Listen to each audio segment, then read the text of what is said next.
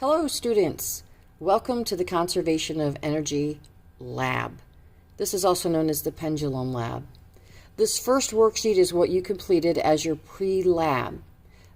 Please note that some of the questions that you are going to have in the post-lab, you can find the answers right here in the pre-lab. This has two sides, the reading. Then in these boxes, you are going to circle keywords. What are keywords? Well, you find those on this side, and if they're bolded over here, they're keywords over here. Then flip the paper over, et voila. You are going to fill out this chart. In this column, you're going to put potential energy pictures, just the letters, fine, and then their kinetic pair. So you're looking for matched pairs. We're going to do the first one together. So potential energy. We see this toy dog not doing anything with its battery pack open, and then we see the dog barking. So this is the potential. We put the letter F in this box, and then its kinetic pair is A, and we put the letter A in that box. So this side is potential, this side is the matching pair for the kinetic, and then do the same in these two sides. Then the next questions, you're supposed to think about two pictures that could be added to this chart for a child swinging on a swing. Describe how the picture of a child on a swing would look when placed under the potential energy. What position would that child be in on that swing? And then describe the picture of the child on the swing if they were placed in the kinetic energy column. What would they be doing on the swing then? From there, you can move on to the actual lab. On this lab, you are going to be watching me complete the lab since you weren't here to do it. You're going to be putting the data in the data table, and then you're going to be completing the graph from that data. You need to title your graph. The title's easy. It is the effect of the independent variable, which is the height of the pendulum bob, on the dependent variable, which is the distance the block moved. So that is the title. Then you need a title for each axis. That is in the directions here. So you turn your paper this way and leave some room to write your numbers. You are going to write block distance, parentheses, centimeters, parentheses. Turn your paper back this way, and then on the x-axis for your independent variable, pendulum height, parentheses, centimeter, parentheses. For the height, we know that we're going to be doing 10, 20, 30, 40 centimeters. So we're not crunching it up in the corner here. We're spreading it out evenly across. So 10, 20, 30, 40. We can start at 0 here for the distance for the block, but we don't know how far yet the maximum distance traveled is. So we will fill that part out and evenly space them after the lab is complete. Once we have the lab complete, we are going to turn the paper over and we are going to answer these questions. This one trips students up. If you put your backpack in the car and then drive to the mall, is your backpack in motion when comparing it to the system of the car? Does the backpack have kinetic energy while you are on your way to the mall? So it's two different parts, one in relation to the car, and one is, does the backpack itself have kinetic energy? I want you to think about Newton's first law of motion. It is the law of inertia, that objects in motion tend to stay in motion, and objects at rest tend to stay at rest unless acted on by an outside force. And then it's time to do the reflections and conclusions. Again, answers to this can be found both in your pre-lab reading and in the lab reading. Let's get started on the lab.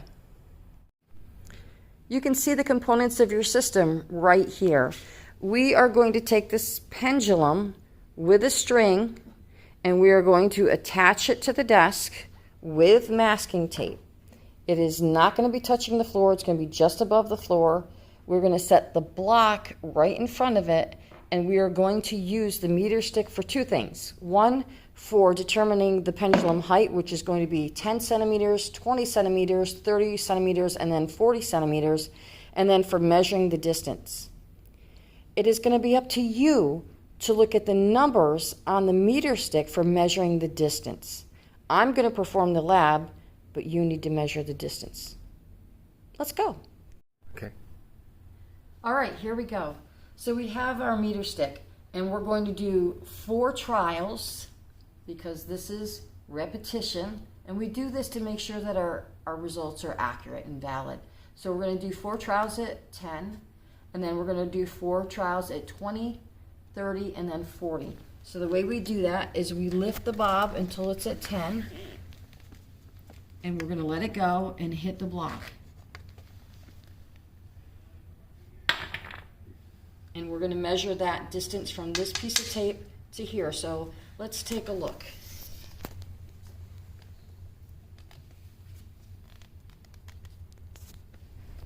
You're measuring right to that line where the tape is. Please be accurate. This is in centimeters, so it's going to be something point something centimeters. Let's do the next one. That was 1.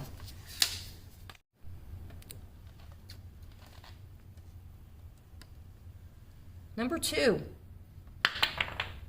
Ooh, that one went further. All right, let's take a look at the line here.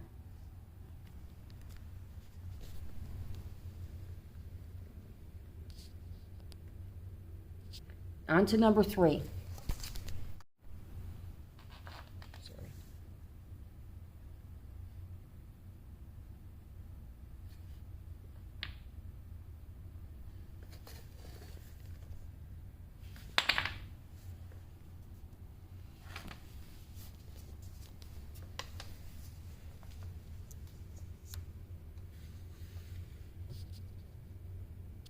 Number 4.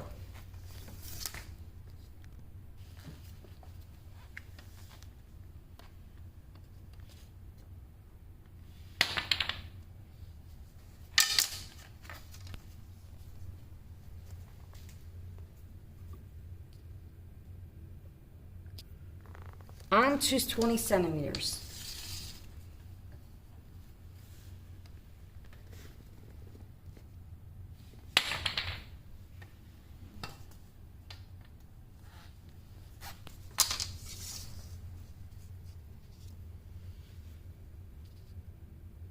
That was number 1 for 20.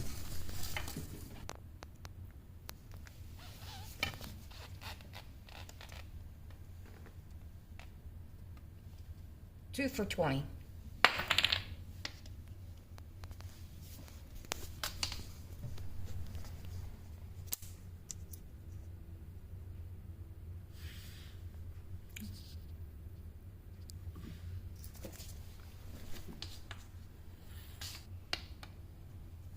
Number 3 for 20.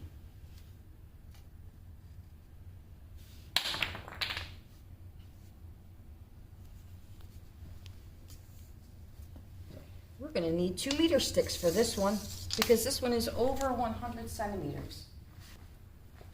So we need to add 100 plus what we see here now to this line.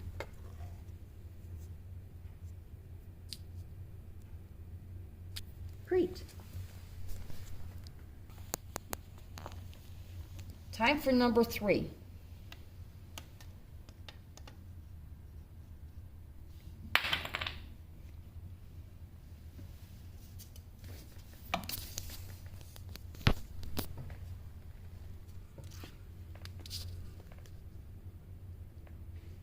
On to number 4.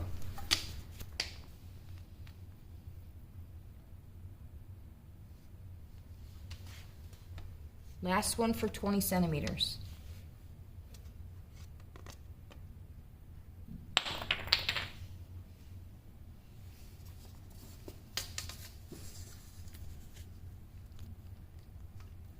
Again, we need to add 100 to this final number. And you are measuring from this side of the tape. If you haven't been doing that, you need to go back and make corrections.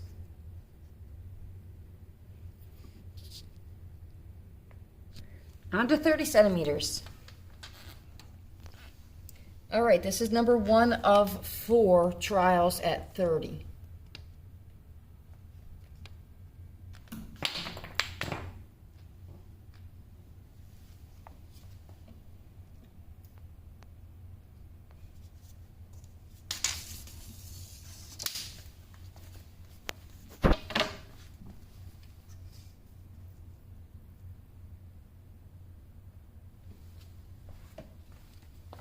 So we are adding again 100 plus this number.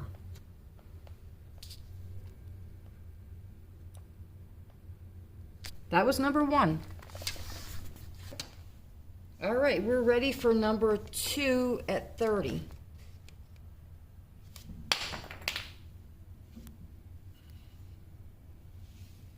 Add 100 plus what you see here.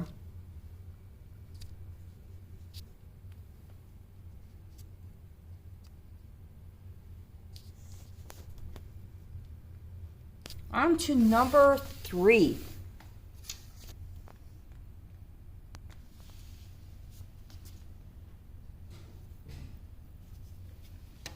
Number 3 at 30.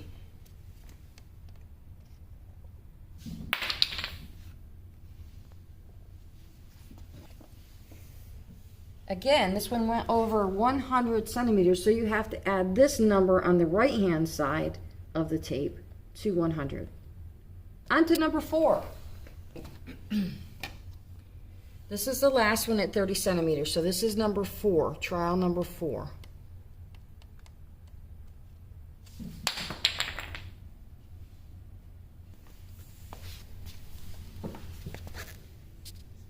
So trial number 4 is 100 plus the number on the right-hand side of the tape. So right on the right-hand side of the tape, this side. On to 40 centimeters. We're almost done.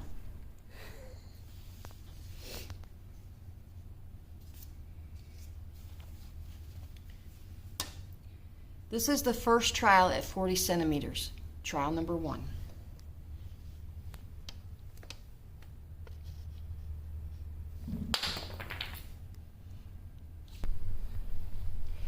Add 100 to the number on the right-hand side of the tape.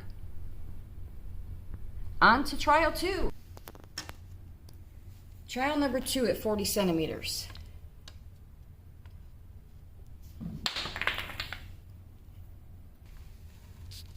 Remember to add 100 to the number on the right-hand side. We're halfway there with 40 centimeters. Trial 3 at 40 centimeters.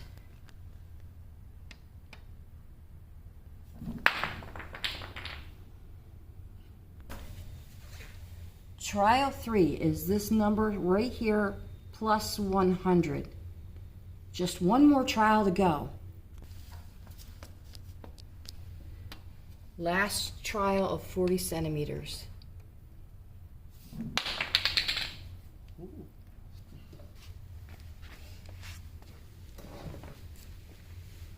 So now you're adding 100 to the number on the right-hand side. All right, you're saying to yourself, that's great, thank you for doing that for us, Mrs. Scher, but what do we do next? Please remember that your title goes right here, and it is the effect of, and then you write what your independent variable is, which is your height of your bob in centimeters, on, and then you're going to write what your dependent variable is in centimeters, so distance. Then remember to put here on this side, your dependent variable side, it's the distance moved in centimeters. And then at the bottom, I'm sorry we don't have enough room to show it, but you get the idea. This is going to be pendulum height. And this also has to be in centimeters. So we start at 0 down here, and we go to whatever our height was. So our maximum height, it was no higher than 200 centimeters, so we can put 200 at the top here. And then divide these blocks up so that you get something that you can work with. And then here you're going to go over about every 3 or 4 blocks. You're going to write 10, 20, 30, 40. Remember, mine's not showing on the bottom because I have this bar, but yours you should have plenty of room. Next thing it says is that you need to have a legend. So each one of these pendulum heights has to be a different color. So I'm going to say that my 10 is red. You can choose whatever colors you have. My 20 is yellow.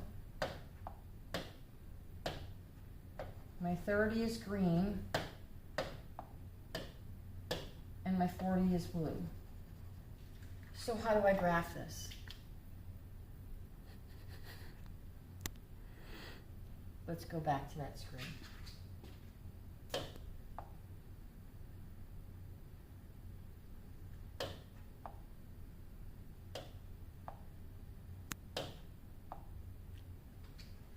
Be right back.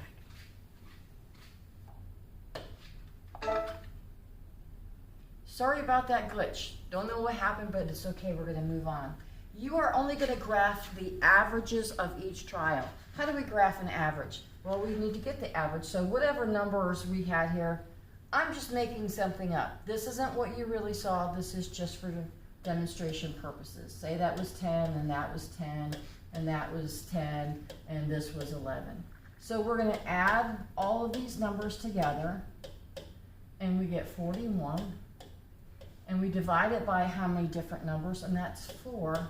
And our average here would be about 10, 10.1. So we would go down to the red, because that is our 10, and we would go up to 10. We would graph up to 10.